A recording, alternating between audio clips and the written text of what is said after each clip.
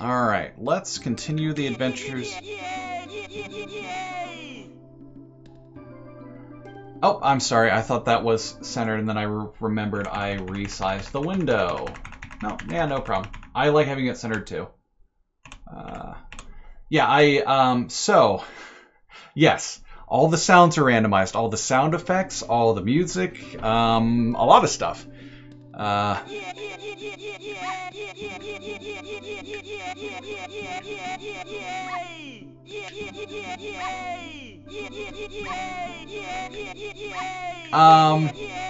don't think characters' dialogue sounds are randomized.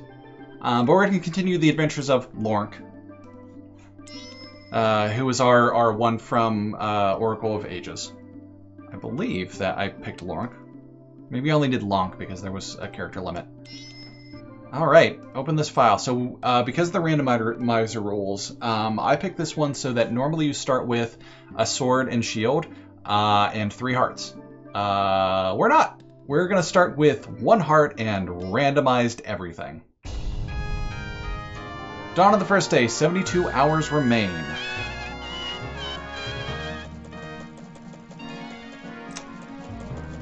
Alright, that's some pretty crazy music to start with. That is not the music that's supposed to be for this. Oh, and I changed the color of his tunic and a bunch of the special effects too. He gives me the creeps. That mask salesman was the... if you remember the Happy Mask salesman, he's like kind of the main... I don't know what to call him, but like he's the main... maybe instigator? He's the one that kind of sends you on the journey. I'm going to turn this down a little bit. That's just a little loud. There we go. And this is Tattle. So let me give the basic breakdown since it did skip the introductory cutscenes. So this is a direct sequel to Ocarina of Time. At the end of Ocarina of Time, Link's fairy Navi is basically like, well, I helped you save the world, I fulfilled my duty, so peace out. And then Link's like, no, I'm not going to let you just leave without really saying goodbye. So he sets off, he goes back to his normal timeline being a kid, he grabs Epona, and then he just kind of sets off to look for Navi again. And he finds himself, like the whole opening cutscene starts with you being in this forest, Link on this forest with Navi, when all of a sudden, Epona gets spooked by a pair of fairies, who are Tattle and Tail. Kind of. I mean, it's...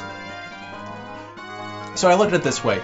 Young Link was young Link in an adult Link body. He didn't go through that 7 years time period. He still has the mentality of his like 10-year-old self. It was just a big 10-year-old version of himself.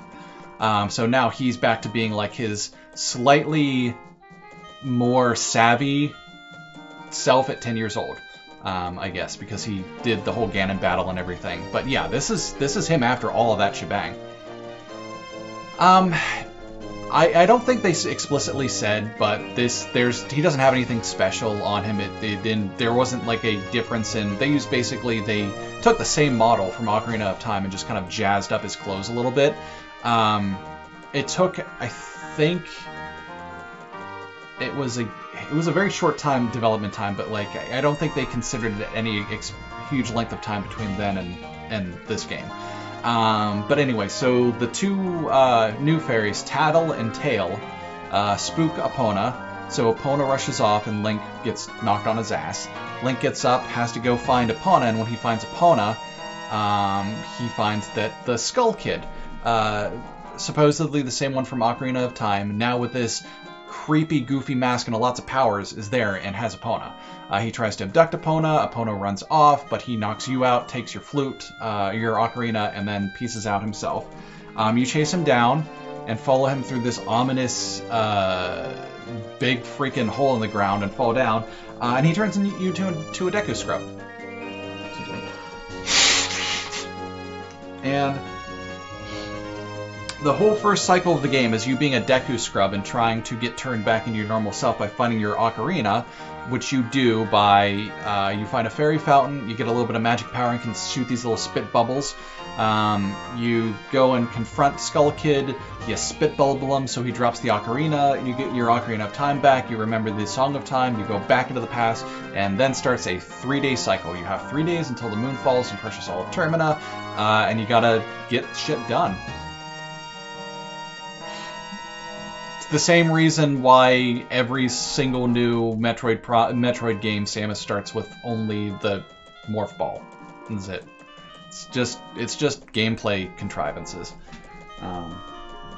Anyway. But 3 days, even if we never sleep, that still leaves us with a measly 72 hours. Talk about demanding. Well, don't just stand there. We're going to see the Great Fairy. Look, you want to find the Skull Kid, don't you? The Great Fairy will know what he's up to. She watches over everything. And just between you and me, the Skull Kid is no match for the Great Fairy. Go to the shrine near the North Gate. You'll find the Great Fairy there. Alright. Thank you, Tattle. Alright, what do we start with? Yeah, so we start with Das Ocarina. Song of Time. Okay. So we start with the Ocarina and the Song of Time, and we were supposed to start with more stuff, too.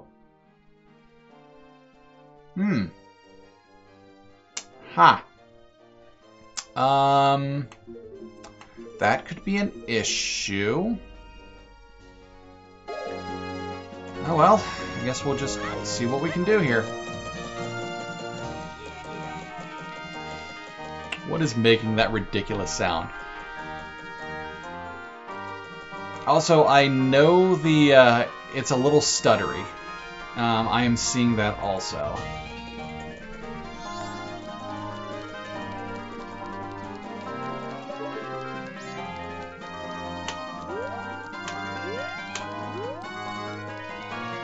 Alright. Yeah. I mean, it feels like it. Alright. So, North Clocktown. So, basically, the first thing we need to do is talk to the Great Fairy and get a goodie from her, because our options of what we can do are super duper limited with no sword or basically anything right now.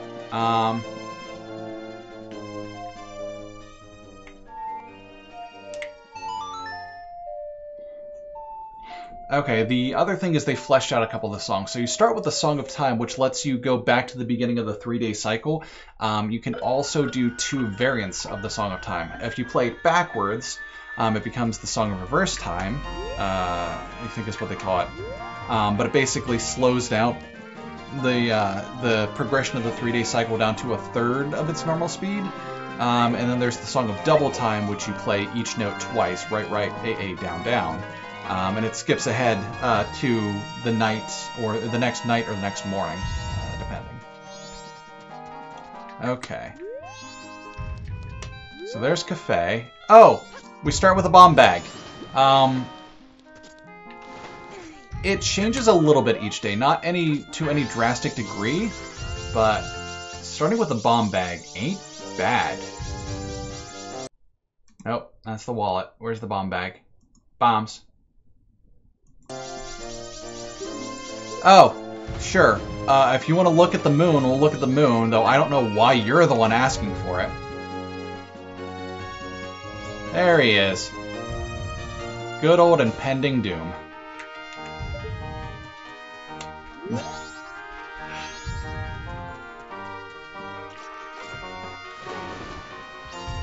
I didn't want to go up there. Okay, well, that's fine.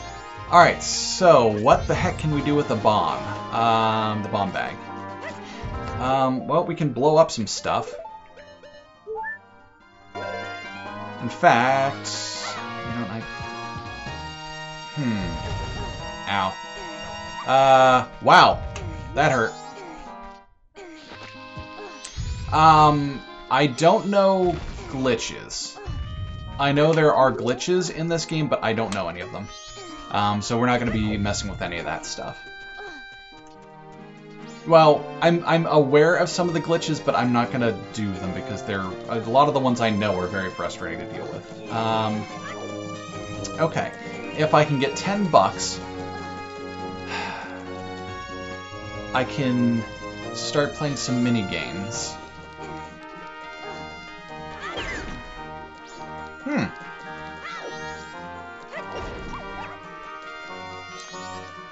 Basically, yeah. I mean, he doesn't give a real good explanation, besides the fact that the mask is kind of doing some mind control-y stuff on him. Actually, you know what? No, there's a chest over here we can get. Oh, come on, Link. You should have got that easy.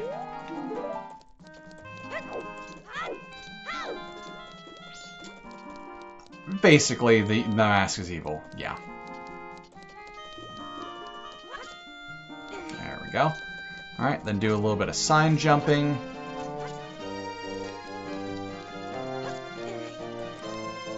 Alright, first item chest. What do we have?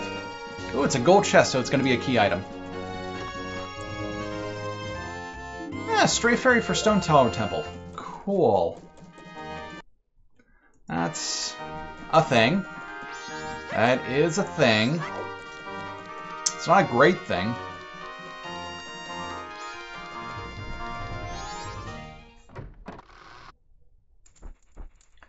Alright, hi there, Anju. What you got? Yes, I'm staying the night. You're staying the night? No vacancies. Cool. Thanks. I don't know why you bought...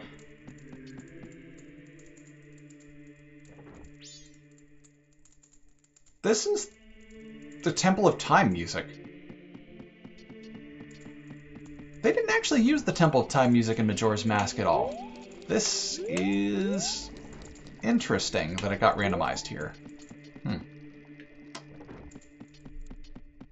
Alright, what else can we do?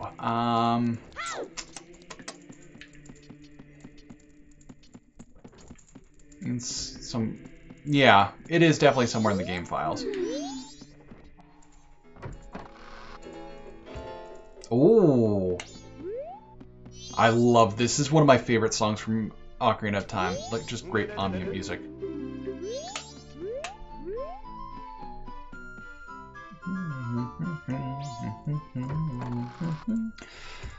Okay, we can talk to that guy later.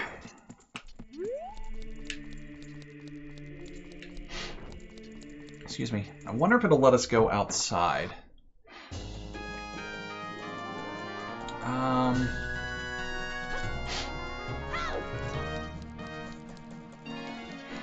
So we don't have a sword. Normally the guard is like, oh, we can't let a little kid go outside on his own.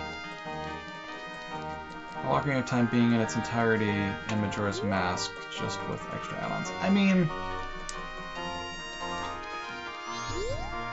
Oh, he lets us go out. Okay, cool. So we can go do some stuff.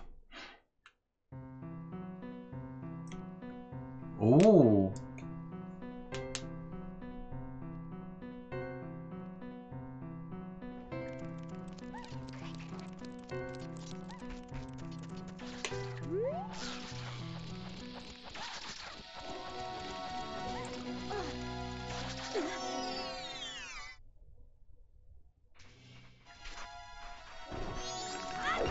Okay, what do we got? Stone Mask. Alright. Stone Mask lets us do a couple things. So each mask has a special property. So, the Stone Mask lets you become as indistinct as a rock. So basically, people ignore you whenever you're wearing the mask because it's like... its magic makes you basically uninteresting enough that they completely ignore your presence. It's used for, I think, only one side quest.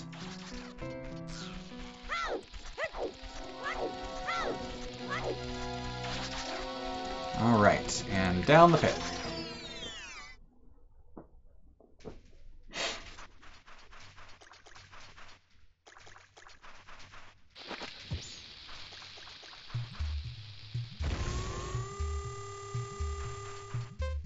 Nope.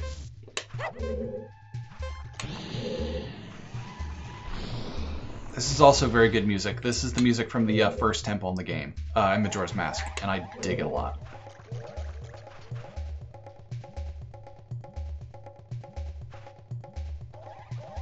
Just makes me sad it's not actually going to be in a temple, though. It's only going to be in these, like, freaking underground grottos. Okay, what?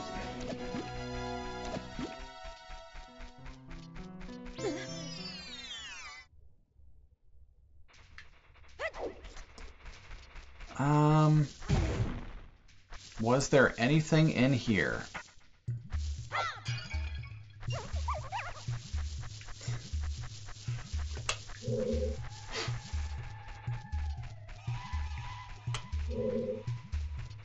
I don't think there's anything down here. Oh, this is where the... This might be where the one Deku Scrub shows up after you kind of kick him out. There's also a treasure chest just tucked in the back over here. In the middle of the grass. No reason.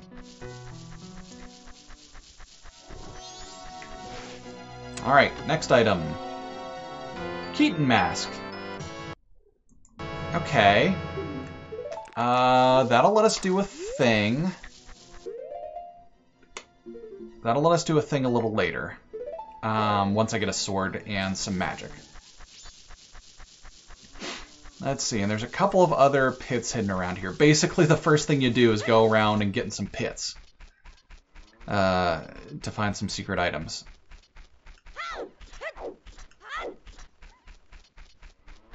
What's that? Baba. Okay. I believe there's another pit over in here.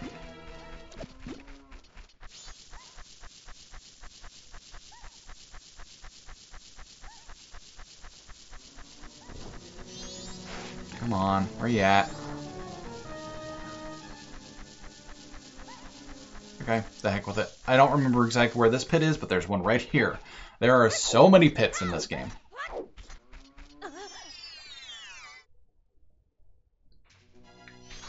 Okay.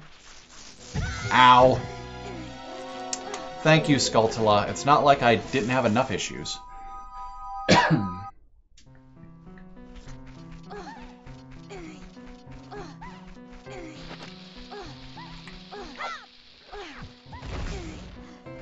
Well, at least the low heart sound at least makes sense. That's actually the sound effect he takes from standing in poison water, I believe.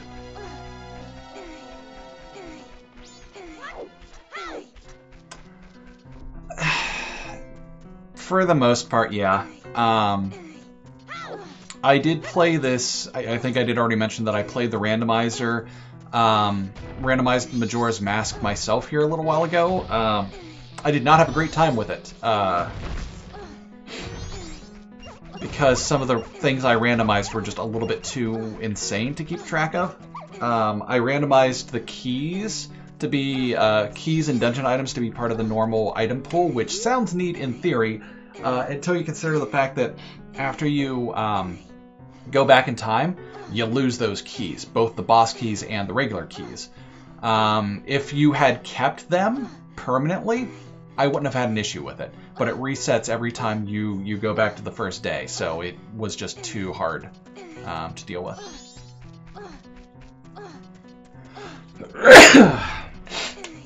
Oh, these actually give us good hints now. What's up, dude? The mystical stone responds. Apparently a lost creature leads to a lost fairy. Excuse me. Thank you.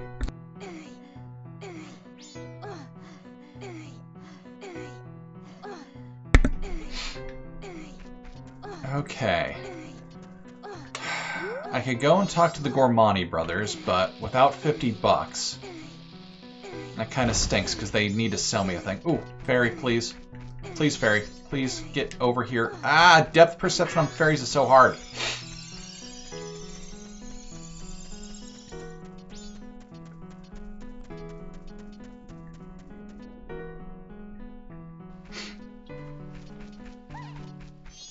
Okay.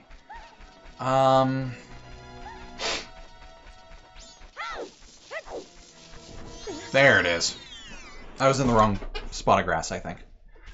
Alright, so you can beat the P-Hat with bombs in this one. It's just hard.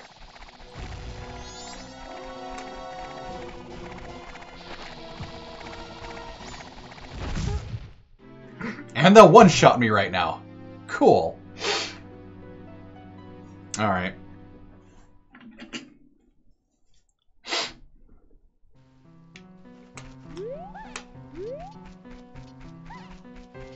So we're gonna wait to do the P-Hat hole. That one's maybe a little beyond me right now. There's a couple things we can do back in town. All the shops are randomized too. So let's go see what we can buy. And for how much.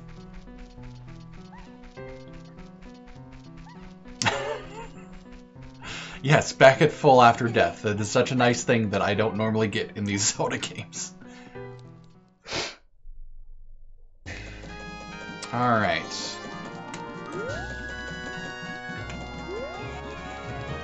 There's the postman is...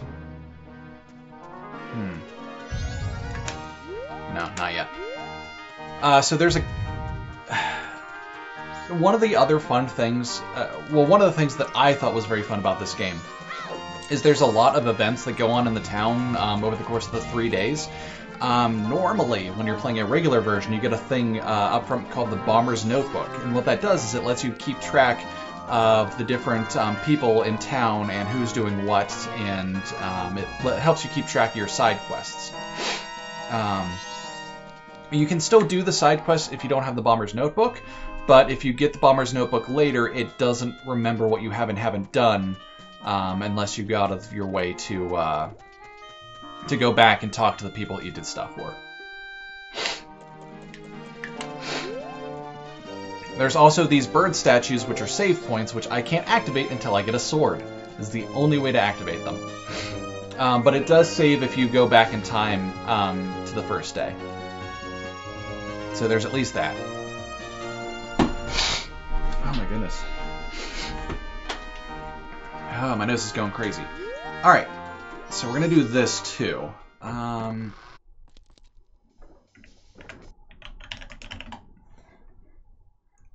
So there is a lottery shop. You can buy a lottery ticket, and in the evening, you can either win or lose. And it's different each day. And your lucky number is 1, 2, 3. It's different each day, but it's the same across time thing. So I'll come back here later this evening, see what the actual first day correct number was, and then I'll get to win on the next cycle. All right.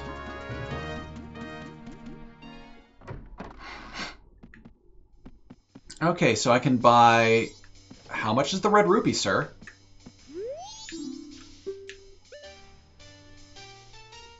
Dang it. I mean, it's 1 in 1,000 chance because you pick a number and it's 3 digits of 0 through 9. Or maybe only 1 through 9, so it might be slightly less than 1,000 times. But okay, Bremen Mask we need. That piece of heart I would really like. Red rupee. Yeah, every cycle it's the same. There are 3 days that you can buy lottery tickets, so day 1's number is different from day 2's number is different from day 3's number, but day 1's number is always the same. And day 2's number is always the same, and day 3's number is always the same. Alright, okay, so there's the all-night mask, there's a song, there's a couple of fairies, and there's some roops. Okay, how much are your roops, bud? We can abuse the system a little bit here. We can abuse the system a lot here. Yes, please.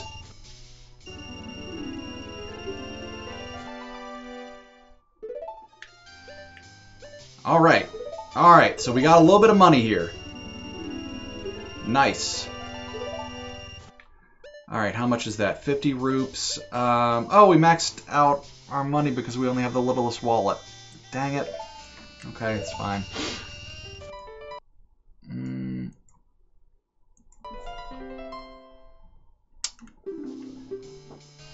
about anything else. Yeah, kinda. Okay, you know what? This is probably a smart mask to do right now. So we got the Up All Night mask. There it is.